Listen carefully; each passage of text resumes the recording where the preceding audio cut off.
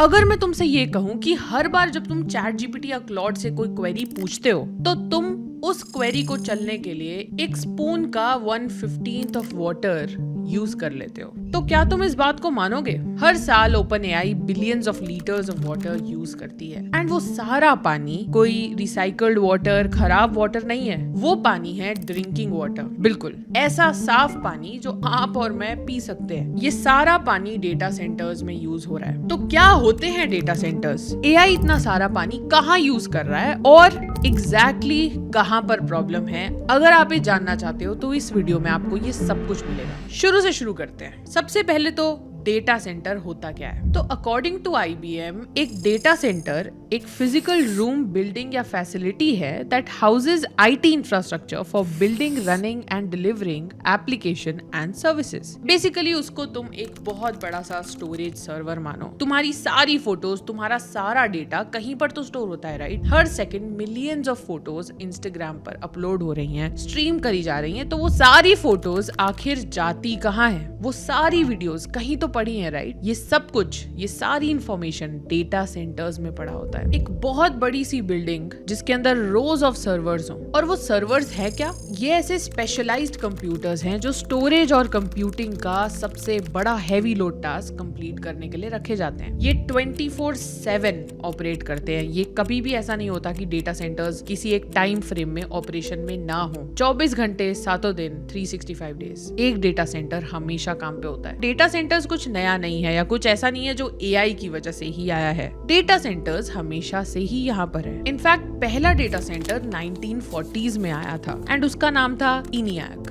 Electronic numerical integrator and computer. 1990s में जब computer का साइज छोटा होता गया और हर घर में एक कंप्यूटर फिट होने लगा तो डेटा सेंटर्स की डिमांड और ज्यादा बढ़ती गई। ये जो आप क्लाउड स्टोरेज यूज करते हो, राइट? ये सारी स्टोरेज एक सर्वर में ही है, ये असलियत में क्लाउड्स में नहीं है। पहले डेटा सेंटर्स में सिर्फ सीपीयूज होते थे और कहानी आसान होती थी, लेकिन आज के डेटा सेंटर्स में सीपीयूज के साथ साथ एक और चीज आ गई है और वो है जीपीयूज, क्योंकि जीपीयूज में ही वो शक्ति है जो एआई को चाहिए। अब जीपीयूज जो आपने सुना होगा एनवीडिया बनाती है, वो जीपीयूज बहुत ज्यादा पावर यूज करते हैं और बहुत ज्यादा इलेक्ट्रिसिटी यूज करते हैं। अब इमेजिन करो, अगर कोई चिप इतनी ज्यादा इलेक्ट्रिसिटी यूज कर रही है तो उतनी ही ज्यादा हीट प्रोड्यूस होगी, राइट? वो जीपीयू जब इतनी ज्यादा हीट प्रोड्यूस करता है तो वो खराब हो सकता है। इसलिए जीपीयू को बार बार कूल करना पड़ता है और उसके लिए कूलिंग सिस्टम्स चाहिए। एयर कूलर्स का भी बहुत समय तक इस्तेमाल हुआ, लेकिन अब जब कंप्यूटेशन बहुत ज्यादा कॉम्प्लेक्स है और ज्यादा कंप्यूटेशनल पावर चाहिए तो एयर कूलर से कोई काम नहीं बन रहा। तो इसलिए कंपनीज अब वाटर को यूज करती हैं एज अ कूलिंग सिस्टम। लेकिन यहाँ पर कैच ये है कि लिक्विड कूलिंग सिस्टम्स के अंदर पानी, रिसाइकल्ड वाटर या फिर गंदा पानी हम नहीं यूज कर सकते।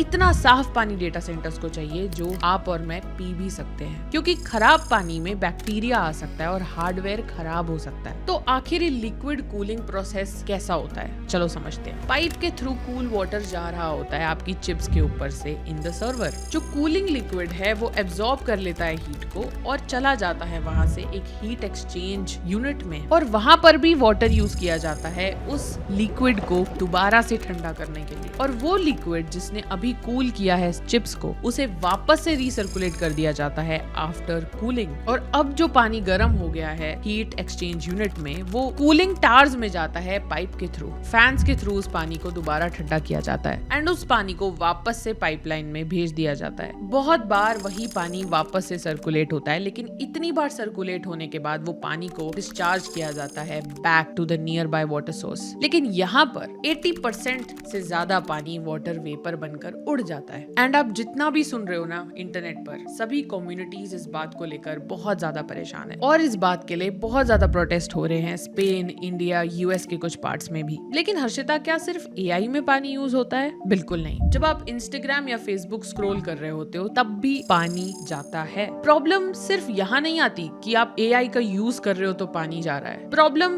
बहुत सारी है। जब आप AI को ट्रेन करते हो, जो कि आप 24/7 कर रहे हो, और जितना ज्यादा लोग AI यूज कर रहे हैं उतना ज्यादा वो और ट्रेन हो रहा है, तो वहां पर भी पानी का बहुत ज्यादा यूज है। इंटरनेशनल एनर्जी एजेंसी बताती है इलेक्ट्रिसिटी डिमांड एक डेटा सेंटर की 400% से भी ज्यादा इंक्रीज होने वाली है बाय 2030। गूगल, मेटा, माइक्रोसॉफ्ट बताते हैं कि वो billions of litres of water use कर रहे हैं, लेकिन कितना स्पेसिफिक AI के लिए यूज किया जा रहा है इसके बारे में कोई इंफॉर्मेशन नहीं है। पर कहानी इतनी खराब नहीं है। गूगल, माइक्रोसॉफ्ट और मेटा ने बोला है, प्लेज ली है कि बाय 2030 वो वाटर न्यूट्रल कर देंगे। बहुत सारी कंपनीज ऐसे तरीके ढूंढ रही है कूलिंग के जिससे कि बिना पानी के कूलिंग की जा सके। इनफैक्ट डेटा सेंटर्स को हम सबकी जिंदगी से दूर लेके जाने की कोशिश कर रही है, हम सबकी सिटीज से दूर, मे बी अंडर द सी, या बहुत सारे तो स्पेस में भी लेके जाने की बात कर रहे हैं डेटा सेंटर्स को। लेकिन यहाँ पर एक और प्रॉब्लम आ जाती है। जैसे जैसे इलेक्ट्रिसिटी ज्यादा यूज हो रही है, ज्यादा से ज्यादा डेटा सेंटर्स उसे कंज्यूम कर रहे हैं, वैसे वैसे इलेक्ट्रिसिटी की डिमांड बढ़ रही है। और जब किसी चीज की डिमांड बढ़ती है तो उसके प्राइसेस भी बढ़ जाते हैं। एंड इस चीज को देखा गया है डेटा सेंटर्स के आसपास वाले एरियाज में। वहां पर वो लोग सबसे ज्यादा अफेक्टेड है, बिकॉज उधर इलेक्ट्रिसिटी बहुत ज्यादा इन्फ्लेट हो रही है। And to be honest, electricity is like life blood, it is very important. And अगर इलेक्ट्रिसिटी हम सबके जीवन से चली जाती है तो we just cannot do anything. In fact पानी भी एक ऐसी चीज है जिस पर हम जिंदा हैं, जिस पर हम जी रहे हैं। एंड अगर साफ पानी इस तरीके से यूज किया जाएगा तो सवाल यही उठता है कि इन्वायरमेंट पर क्या असर पड़ेगा। एंड AI और AI की कंपनीज सिर्फ डेटा सेंटर्स और पानी और इलेक्ट्रिसिटी से रिलेटेड प्रॉब्लम से नहीं गुजर रही, वो एक और बड़ी प्रॉब्लम से गुजर रहे हैं, and that is the money problem. Just think about it. जब ये कंपनीज प्राइवेट हैं, पब्लिक हुई ही नहीं है, तो इनके पास इतने पैसे आ कहां से रहे हैं कि ये बैक टू बैक इतने बड़े डेटा सेंटर्स बना सके। एक डेटा सेंटर जो कि मेटा का है, उसको बनाने का खर्चा $500 बिलियन से भी ज्यादा आया है। तो इतना पैसा आ कहां से रहा है इन कंपनीज के पास? And that will shock you, क्योंकि वो आ रहा है प्राइवेट क्रेडिट से। प्राइवेट क्रेडिट एक ऐसा टर्म है जिसे समझने के लिए बहुत बहुत वक्त लगेगा, शायद एक नई वीडियो। लेकिन मैं इतना बता सकती हूँ कि वो कंपनीज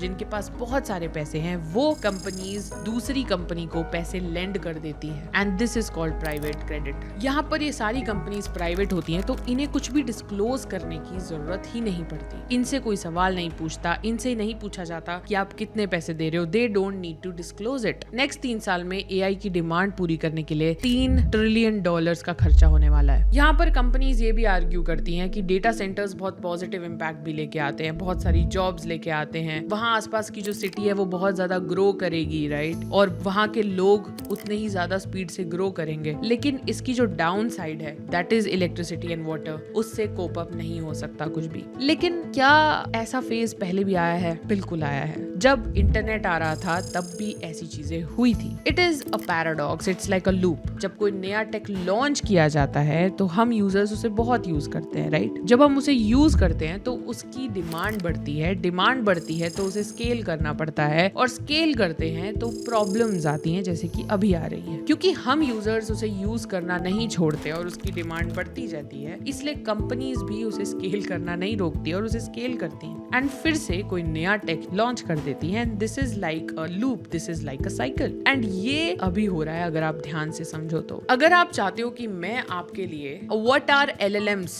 ये ब्रेक डाउन करके बताऊं, तो प्लीज कमेंट सेक्शन में LLM 101 लिख देना, would make a video on that. अगर आप डिफरेंट टाइप के APIs के बारे में जानना चाहते हो, literally I have covered most of the APIs in that video. मैं यहाँ पर उस वीडियो को लिंक कर देती हूँ, एंड बहुत मजा आएगा आपको उस वीडियो को देख के। वही मिलती हूँ अब आपसे, बाय।